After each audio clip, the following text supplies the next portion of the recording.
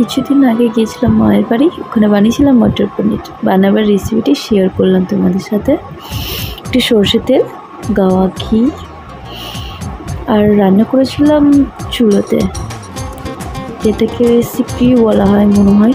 তারপর রান্নাতে ফিরে আসি, পনিরগুলো দিলাম, ভালো করে ওগুলো ভেজে লাল লাল করে নিতে হবে ওই তেলের মধ্যেই। দেখুন ভাজার পর লাল হয়ে গেল, অনেকটা লাল লাল হয়ে যাওয়ার পর ওটাতে তুলে নিতে হবে, একটু নুন দিতে হবে। তো তুলে নেওয়ার পর যখন লাল হয়ে যাবে, লাল হলে খেতে ভালো লাগে, পনিরগুলি মশলার সাথে খেতে ভালো লাগে। তারপর তেলটা গরম হয়ে যাওয়ার পর মশলাগুলো ওতে দিতে গোটা গোটা পেঁয়াজ, লঙ্কা, আদা, রসুন আর টমেটো, এগুলো আরেকটুকু নুন দিয়ে এগুলো একটু ভেজে নিতে হবে। ভাজা হয়ে গেলে এগুলো একটু মিক্সিতে আবার গ্রাইন্ড করতে হবে, এগুলো ভালো করে পিষে নিয়ে একটা রান্নাটা আবার ওটা তেলের মধ্যে দিয়ে রান্না করতে হবে।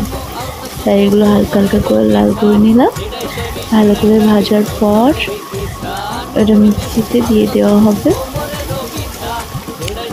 তাই ভালো করে এদিক এপিট ওপিট করে নেড়ে নিচ্ছি।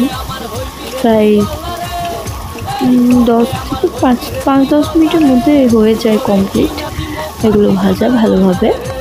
তো ভাজা হয়ে গেলে কড়াইটি আবার গরম করে ওতে তেল দিয়ে জিরে, তারপর একটা তেজপাতা, আমি একটাই দিয়েছিলাম, একটা তেজপাতা, তারপর মশলাটা দিয়ে দিলাম যেটা কুটে রাখা ছিল মিক্সারে। ওটা কুটার পর কিছুক্ষণ ওটা নেড়ে নিয়ে ওটার মধ্যে এরপর মশলাগুলি দিতে হবে। মশলা বলতে জিরে, লঙ্কা গুঁড়ো, জিরে গুঁড়ো, ধনে গুঁড়ো, তারপর তোমার আরও যদি এক্সট্রা কোনো মশলা দেওয়ার ইচ্ছা আছে, যেমন কি ম্যাগি মশলা কিংবা গরম মশলা, মিট মশলা, চিকেন মশলা, সামথিং কোনো মশলা, কিন্তু যে কোনো মশলা একটু একটু দিতে হবে, বেশি না, যাতে টেস্টের লেভেলটা ঠিকঠাক রাখতে হবে, নাহলে লেভেলটা খারাপ হয়ে গেলে তো রান্নাটাও খারাপ হয়ে যাবে, তাই না? তো ভালো করে রান্নাটা করার জন্য আমি একটু একটু মশলা সব রকম দিয়ে দিয়েছিলাম। হলুদ, হলুদ, নুনটা ঠিক মতো রাখতে হবে, নাহলে তো রান্নাটাই খারাপ হয়ে যাবে। নুন, হলুদ, লঙ্কা গুঁড়ো, জিরে গুঁড়ো, গরম মশলা একটুখানি, আর মিট মশলা দিয়েছিলাম আমি। আপনারা চিকেন মশলাও দিতে পারেন যদি মন করে, তো টেস্ট একই লাগে, খারাপ কিছু লাগে না। আর আমার বাড়িতে ধনেপাতা ছিল না, তাই ধনেপাতা দিইনি, ধনেপাতা দিলেও ভালো লাগে। তো উপর থেকে ধনেপাতা আর কাঁচা লঙ্কা যদি দিয়ে দেওয়া হয় আরও সুন্দর লাগে। সেই টাইম মনে ছিল না, তাই দিইনি গো, নাহলে মন থাকলে দিয়ে দিতাম। লাস্টে মটরগুলো দিয়ে দেওয়ার পর যখন গ্রেভিটা লালচে হয়ে আসবে তখন মটরগুলো দিয়ে দিতে হবে, আর একটুকু জল দিয়ে দেবেন। এখানে আমি আপাতত জল দিইনি গো, দেবো। আর হয় দেওয়ার পরে মটরগুলো যখন হালকা সেদ্ধ হয়ে আসবে তারপর লাস্টে পনিরগুলো দিতে হবে।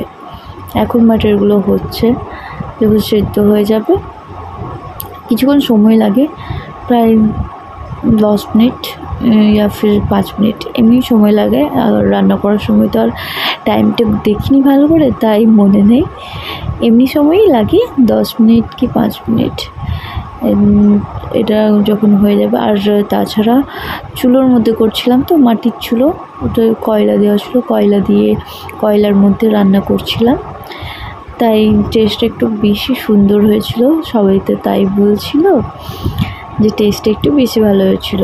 গ্যাসের রান্নাও ভালো হয়, কিন্তু চুলোর তুলনায় নয়, চুলোর রান্না একটু বেশি টেস্টি হয়, জানি না কী করে হয়, বাট ভালো লাগে চুলোর রান্না।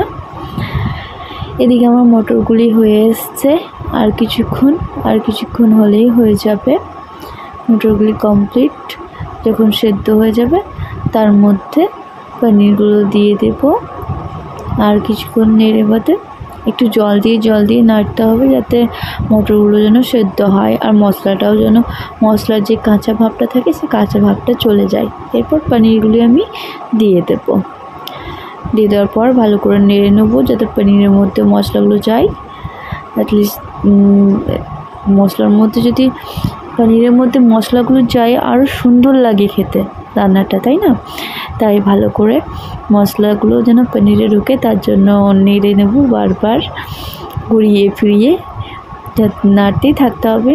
আর এমনিতেও যত তরকারি নাড়া হয় তত বেশি ভালো করে হয়, টেস্ট হয় তরকারির মধ্যে, যত ভেজে ভেজে রান্না করা হয়। তো তাই রান্নাটা ভালোভাবে করে নিলাম পনির টনির দিয়ে। এরপর কমপ্লিট হয়ে এসছে মটর পনির, আর কিছুটা রয়েছে, এটা হয়ে গেলে কমপ্লিট। এবার কমপ্লিট হয়ে গেছে, মটর পনির রেডি টু সার্ভ করেছি। এবার খাওয়ার পালা। খেয়ে পরেও সবাই বললো বেশ ভালো হয়েছে, সুন্দর হয়েছে। আপনারাও বাড়িতে বানানোর পর